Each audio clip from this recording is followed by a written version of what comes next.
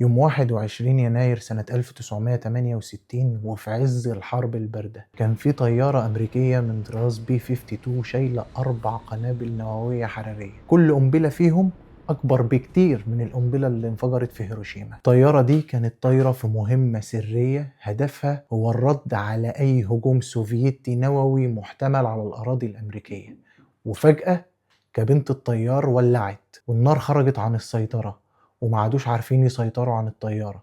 حاول يتواصل مع القيادة ولكن معرفش وملحقش الطيارة، وللأسف وقعت الطيارة على جزيرة اسمها جرينلاند على بعد كيلومترات قريبة جدا من القاعدة الأمريكية اللي موجودة هناك على الأرض دي. الطيارة انفجرت بالكامل، ولكن لحسن الحظ الأربع قنابل مفيش ولا قنبلة منهم انفجرت، كلهم اتكسروا. ونتيجة إن القنابل اتكسرت انتشر البلوتونيوم المشع اللي موجود في القنابل كلها في كل منطقة الانفجار، وبقى في كميات رهيبة جدا من التلج المشع موجودة على أرض جرينلاند جنب القاعدة الأمريكية العسكرية. أمريكا في البداية أعلنت إن اللي حصل ده مجرد حادث طيران عادي، يعني ما حصلش حاجة، لكن في السر كانت بتبعت آلاف الجنود للقاعدة اللي موجودة على أرض جرينلاند، وحملت أكتر من 10,000 طن من التلج المشع في حاويات وبعتته على أمريكا في محاولة إن هي تداري على الحادثة اللي حصلت وإن في قنابل نووية وقعت واتكسرت في المكان ده. السؤال هنا بقى، ليه أمريكا تعمل قاعدة عسكرية في جزيرة زي جرينلاند ويكون عليها 4 قنابل نووية بالحجم ده؟ هل فعلا الجزيرة دي مهمة قوي كده؟ وليه ترامب دلوقتي بدأ يتكلم إنه عايز ياخدها أو يشتريها؟ وكلامه جد على فكرة. والأهم بقى،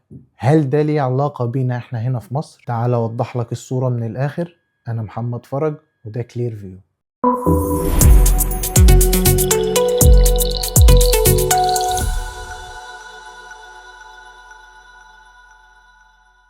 علشان نقدر نجاوب عن الأسئلة دي محتاجين نعرف شوية حاجات الأول كده عن جرينلاند. جرينلاند هي أكبر جزيرة في العالم، مساحتها حوالي 2,160,000 كيلومتر مربع، يعني قد مصر مرتين وشوية، وعدد سكانها حوالي 56,000 نسمة، أغلبهم من الإنويت، و80% من مساحة أرضها مغطاة بالكامل بالتلج. أول مرة العالم يسمع عن الجزيرة دي كان سنة 982 ميلادية لما وصلها واحد اسمه إيريك الأحمر، وده واحد من الفايكنج اتطرد من أرضه أيسلندا. كان ساعتها الفايكنج قاعدين في أيسلندا ونفوه لأنه عمل جريمة قتل وعمل شوية مشاكل كده. لما وصل إيريك أول ما نزل في شمال الجزيرة، بص لقى الجزيرة كلها تلج ودرجة الحرارة صعبة جدا ما تقدرش تعيش فيها، ويا دوب فيها شوية سكان قليلين جدا من الإنويت اللي عايشين فيها اللي هم سكانها الأصليين. بس لما نزل للجنوب وخصوصا في فصل الصيف لقى مساحات خضراء كبيرة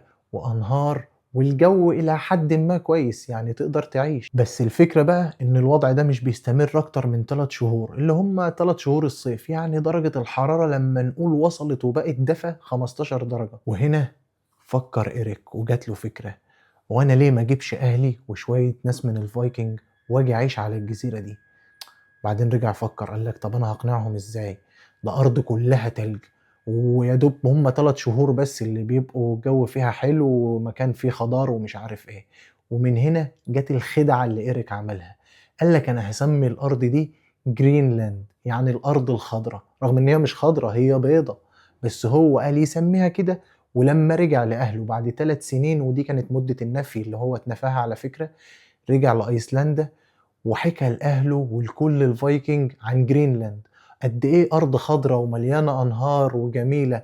وطبعا هم ما كانوش يعرفوا عنها حاجة فصدقوه. وساعتها أخد أسطول مكون من 25 مركب، وصل منهم 14 مركب بس، يعني في حوالي 11 مركب، جزء رجع وجزء غرق. وبالفعل عاش إيريك والفايكنج هناك وكونوا مستوطنات، ولكن ما قدروش يفضلوا هناك مدة طويلة، وده طبعا بسبب صعوبة المعيشة هناك والطبيعة القاسية اللي هم عايشين فيها، ومحدش بيقدر يتكيف معاها غير أهلها اللي هم الإنويت. فالتواجد الأوروبي مفضلش هناك غير شوية قرون بسيطة، بعد كده اختفى نهائيا التواجد الأوروبي من على جزيرة جرينلاند، واللي فضل فيها بس هم أهلها. هتقولي يا فراجيلو أنا اللي أعرفه إن الجزيرة دي جزيرة مستقلة وتابعة للدنمارك وعندها الحكومة الخاصة بيها والبرلمان بتاعها، ايه اللي جاب النرويج وإيريك الأحمر؟ وبعدين ايه الموضوع ده كله وايه علاقته بمصر وبأمريكا؟ هقولك، ما هو بعد اختفاء الفايكنج نهائيا من الجزيرة بقرون من بعد ما وصل إيريك الأحمر، وتحديدا في القرن ال18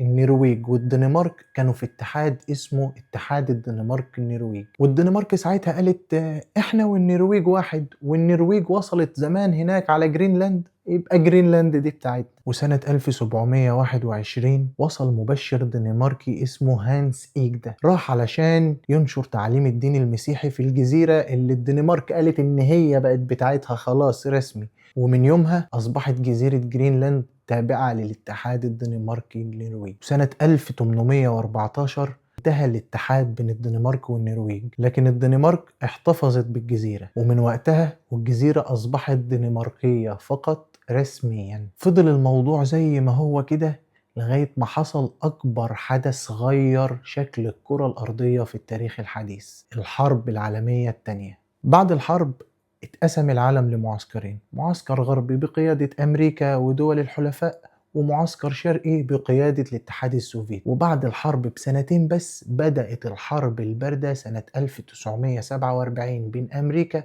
والاتحاد السوفيتي. سنة 1949 يتأسس حلف الناتو بقيادة أمريكا و11 دولة تانية منها الدنمارك، وكان هدف الحلف الأساسي هو مواجهة الخطر السوفيتي. قامت أمريكا جاية وقعدت تقول لك مين معانا في الحلف ممكن أحط قواعد على أرضه، مين معانا في الحلف ممكن أحط قواعد على أرضه، بس هي الدنمارك. انت معاك يا دنمارك؟ قالت لها أنا معايا جرينلاند.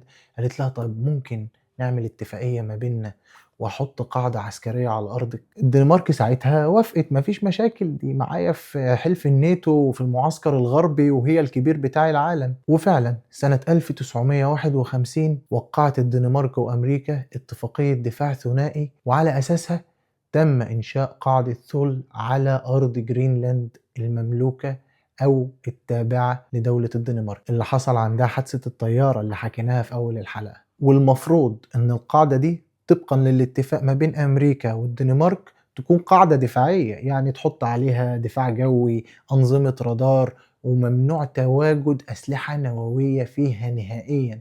علشان كده أمريكا بعتت آلاف الجنود في السر علشان تحمل كل التلج المشع اللي نتج عن تكسير القنابل، وحملته وودته على أمريكا. ولكن في النهاية الدنمارك عرفت، لأن التلج المشع كان على مساحة كبيرة جدا نتيجة الحادثة، وأمريكا ما قدرتش طبعا تنقل كل التلج المشع ده. وده بقى يجيبنا للسؤال المهم، طب ليه أمريكا عايزة تشتري جرينلاند وهي بالفعل عندها قاعدة عسكرية هناك؟ الإجابة ببساطة السيادة. عايزك تبص معايا على الخريطة دي وتقول لي روسيا لو حبت تضرب أمريكا النهاردة بالنووي هتضربها منين؟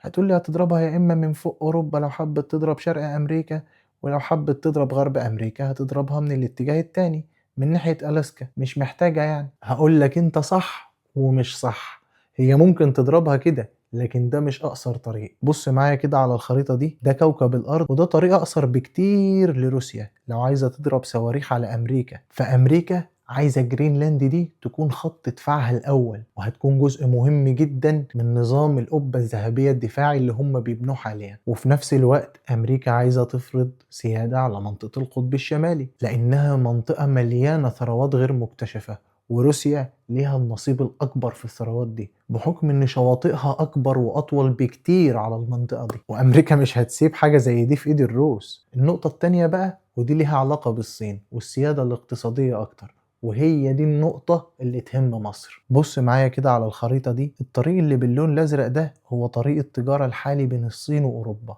أحد أكبر الأسواق الاستهلاكية للبضائع الصينية. الطريق ده في العادي بياخد حوالي من 30 ل 35 يوم علشان المركب توصل من شنغهاي في الصين لحد هامبورج في ألمانيا. والطريق ده بيعدي منين؟ برافو عليك، من قناة السويس. في آخر 20 سنة وبسبب الاحتباس الحراري وارتفاع درجة حرارة الأرض ظهر طريق جديد اللي هو باللون الأحمر ده، اسمه طريق بحر الشمال. مميزات الطريق البحري ده بقى إنه أقصر بكتير، حوالي 18 يوم، ومفيش سيطرة أمريكية كاملة على الطريق ده غير يمكن في مضيق بيرنج اللي بيعدي ما بين روسيا وألاسكا. والطريق ده طبعا مش سيطرة مطلقة لكنها سيطرة مشتركة ما بين الأمريكان والروس اللي هم في الأساس حلفاء للصينيين. لكن عيوب الطريق ده إنه موسمي، يعني بيبقى مجمد تماما في الشتاء ما تقدرش تمشي فيه، وفي الصيف بيحتاج حاجة اسمها كاسحات تلج دي بتكون سفن عملاقة، ودي بتكون مهمتها ان هي تفتح ممرات علشان سفن الشحن تقدر تمشي. وده بالفعل اللي الصين بتعمله دلوقتي، بتبني اكبر اسطول كاسحات تلج في العالم مخصوص علشان الطريق ده. لو بصينا تاني كده على الخريطة وبص معايا على الطريق الأحمر، هتلاقي جزيرة جرينلاند جنبه بالظبط، وده السبب التاني اللي يخلي أمريكا عايزة تشتري الجزيرة دي، علشان يكون ليها سيادة على المنطقة دي وأي طريق تجارة محتمل للصين. نيجي بقى للنقطة اللي تهمنا، هل فعلا الطريق ده هيأثر على قناة السويس وإيراداتها؟ الإجابة المباشرة حاليا لأ، لأن زي ما قلت لك الطريق ده موسمي، ولما بيكون شغال في الصيف بيحتاج كاسحات تلج عملاقة وبأعداد مهولة جدا علشان تفتح ممرات لتجارة كبيرة زي الصين، وده مش متوفر دلوقتي ومش موجود. هل مصر أو الحكومة المصرية اتكلمت بشكل رسمي في الموضوع ده؟ هقول لك برضه لأ، بس في دراسات اتعملت في صحف كبيرة جدا وعالمية زي ذا ايكونومست وفاينانشال تايمز ومركز الأبحاث الاستراتيجية الدولية، اتكلموا إن حاجة زي دي ممكن تأثر شوية على قيمة قناة السويس كممر ملاحي دولي، ولكن عمرها ما تقدر تلغيها، وده طبعا بسبب الحاجات اللي احنا لسه قايلينها من شوية. واتكلموا برضو ان مصر ردت رد، ولكن رد ناعم شوية، عن طريق ان هي بدأت تطور في المواني بتاعتها على البحر الاحمر زي ميناء السخنة، وبدأت تطور مواني قناة السويس، وانشأت المنطقة الاقتصادية لقناة السويس. وانا في رأيي الشخصي مفيش مكان يقدر يأثر على اهمية قناة السويس، خاصة ان هي في منطقة حيوية جدا واغلبية التجارة بتعدي من عندنا وشغالين طول السنة. اتمنى اكون عرفت اوريك الصورة من الاخر، ولو عجبك المحتوى اللي احنا بنقدمه اعمل اشتراك في القناة ولايك للفيديو، وقولوا لنا في الكومنتات حابين نعمل حلقات عن ايه تاني.